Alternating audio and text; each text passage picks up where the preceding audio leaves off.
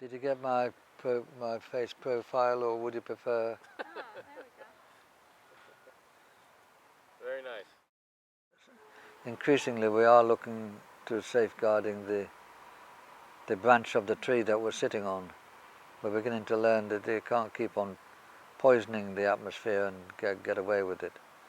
You know, Paul Ehrlich makes the argument. Imagine you're going to get on an aeroplane, and as you walk up the ramp, you see a mechanic on the wing popping out the rivets. And you say, "Hey, mister, well, what are you doing?" And he says, "Well, there's a plane over there that's short of a few rivets. This airplane here has a superfluous number of rivets. If we take a few out, it's not going to make any difference. Don't worry, on board, please." If I was that man, I'd turn around and not get on that plane.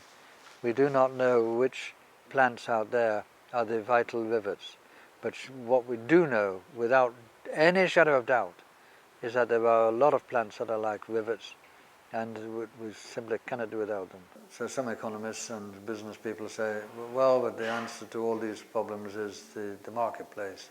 The marketplace is the source of real, true wisdom, and that's a load of rubbish.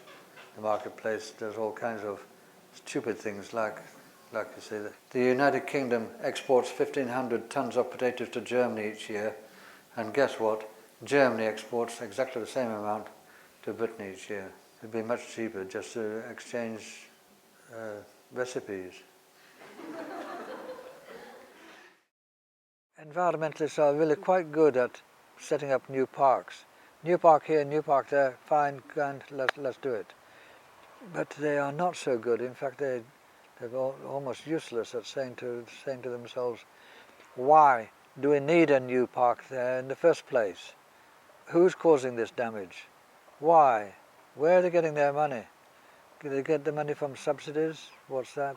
All governments dish out large amounts of money for all kinds of activities like making roads and building schools and all that sort of stuff. It's relatively easy to see why these subsidies are okay economically, but a lot of them are bad news environmentally.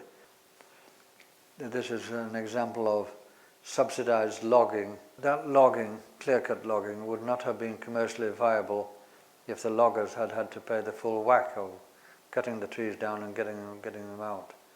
But they were able to do it because of all the subsidies behind the logging.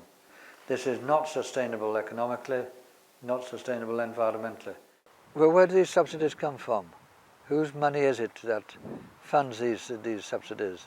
And of course the answer is you, dear readers, your tax subsidies and mine. And we must take a long, careful look at where these subsidies come from.